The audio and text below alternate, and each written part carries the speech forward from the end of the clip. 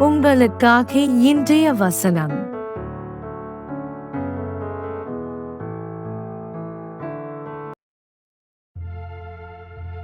சீயோன் குமாரத்தியே, கெம்பீரித்துப் பாடு. இதோ, நான் வந்து உன் நடுவில் வாசம் பண்ணுவேன் என்று கர்த்தர் சொல்லுகிறார்.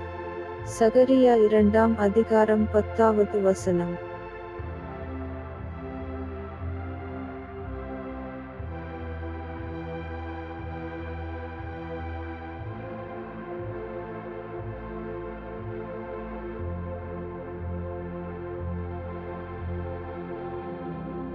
ஆமென்.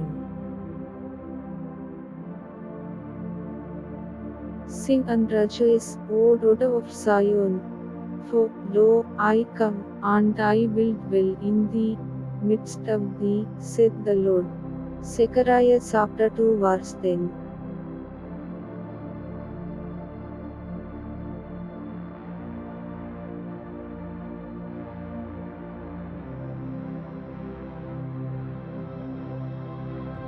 ஆமென்.